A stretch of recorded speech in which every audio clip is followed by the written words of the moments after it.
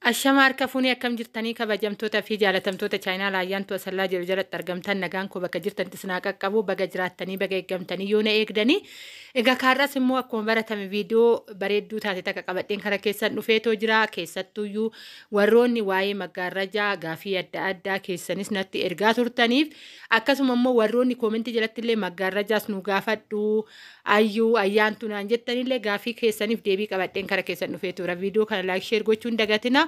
warroonni chaayinala keenya faarawaa taatan uggaraattan sabiskiraabii godhuun maatii keenya taachuun gamanumaan affeerraa kooti isiniin jechuun jaaladha.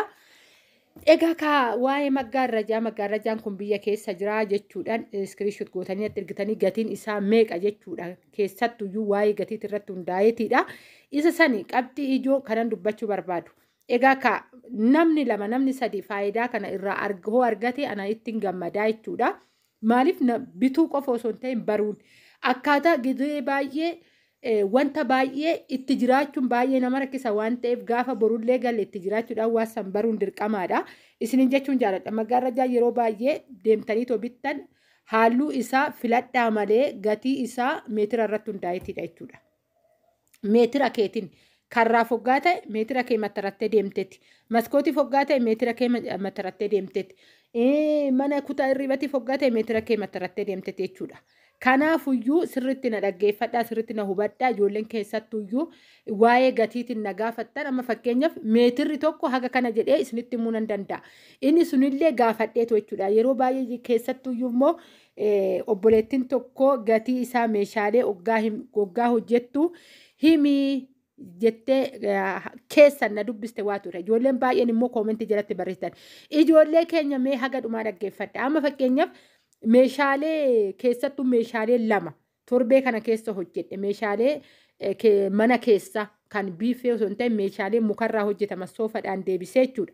Teechoodhaan deebisee gatii isaa meeshaalee lama keessattuu reedii ta'eetan gaafii keessa waan na gaafattaniif irratti xiinxaleetoo tokkoon deebisee jira. Dhumarrattan dubbadhe yeroo baay'ee maal goonaa nuti jalqaba eegna jechuudha. Kanaafuyyuu dhumarratti gatii isaa dubbadhee jira lachuuyyuu. Tootaaliin isaa meeqa akka fixe. Amma fakkeenyaaf ijoolleen meeqa fixaree kan jettanii jirtan. Kophaatti meeqa fixareettanii kan na gaafattanii jirtan. Achumarra jira deebiin isaa isa dhugaa. Maalinni haga dhumaa dhaggeeffachuu qofa. Ani viidiyoodhaa dheeressuu dhiisee jira. Yoo akkana xiqqoo gorsa of keessaa qabaate malee viidiyoo meeshaalee anam daqiiqaa 7 daqiiqaa 8 kanaa ol hojjedhee toon beeku jechuudha. Baay'een xiqqeessa akka laaltaniif xumurtan jedheetu jechuudha. Kanaafuyyuu obsaan viidiyoo san dhaggeeffadhaatii xumuraa isiniin jechuun jaaladha. Akkasuma immoo kan ammaa achi jirullee irratti sirriitti hundaa'ee barreeffamaanillee nan teechisa. Tanaan dura barreeffama teechisuun baay'ee salphaadha. Garuu yeroo baay'ee nuti kiisii keessa godhannee hojjedheen beeka mana namaa waan ta'eef iyyuu jechuudha. Kanaa jedheetan sagaleedhaan teechise malee ani barreeffama isaa fakkeenyaaf teechoo yoo ta'e teechoo gubbaatti qarshii 30,000 ta'e 30,000 jedhee 35 ta'e 35 jedhee teechisuu wallaalitti miti soofan kuba 68 hoggaa ta'e 68 70 ta'e 70 jedhee barreessuu wallaalitti miti jechuudha. Garuu hundi keenya baay'inaan harkaan hojjechaa sagalee san dhaggeeffanna. Kanaaf jechaan sagaleetti jijjiire malee barreeffamaanillee sirriitti naaf salphataa isiniin jechuufanii wanta sirreessinaan jettan immoo naan sirreessa. Homaa tokko rakkoon hin jiru waluma qabna waan na jaalattaniif gatii isaa tokkoon nuuf himinaan jettanii jirtu. Ishii tolee warroonni hin dhageenyellee immoo haga dhumaa dhaggeeffadha. Yeroo baay'ee ani viidiyoo jalqaba irratti miti jechuudha kanan dubbadhu. Dhuma irratti jechuudha. Gatii isaallee kanan dubbadhu. Kanaafuyyuu obsaan dhaggeeffadhaa. Karaa maggaarrajaa hoggaan deebise maggaarrajaan biyya keessa hin jiru. Ani maggaarrajaa kana qabadhee irratti hojjedhu malee maggaarrajaa feetan. Garuu yeroo bayii viidiyoo hojjedheen ture jechuudha. Maggaarrajaan isa irra keessatti hodhaa qabu sun biyya keessatti hafee jira.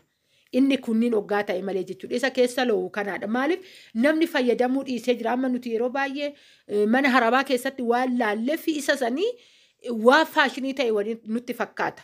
No hafee jira biyya keessatti hojjisiisuu ta'e malee naa hojjisiisi jetteeni yeroo wayii ijoolleen natti ergitee gaafadheen ture jechuudha. Waa'ee maggaarrajaa sanii garuu nama fe'e birattuu mana fe'ettuu horattan argitan maggaarrajaa san guute maggaarrajaan akkanaa ta'ee kaffeetan akka feetanitti qarshii isaatidha malee hidhaa isaa wajjin akka mana keessaniitti jechuudha. Halluu isin filattaniin guutee jira.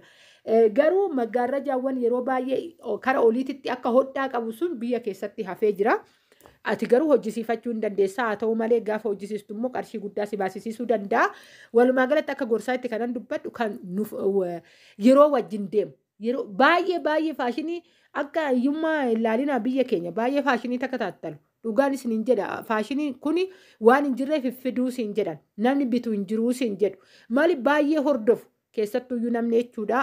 Akkuma mana ofiititti kanaafuyyuu haala saniin hubadhaa isiniin jedha warroonni isa kan warra mana haarawaa laaltanii ta'u iskiriishuut gootanii ergitan hojjisiisuu hin danda'ama garuu qarshii guddaa sin gaafachuu danda'a maggaarajaawwan kana fakkaata garuu guuteera kaffeeta filachuu hin dandeessanii viidiyoon tiyya baay'ee gabaabduudha baay'ee.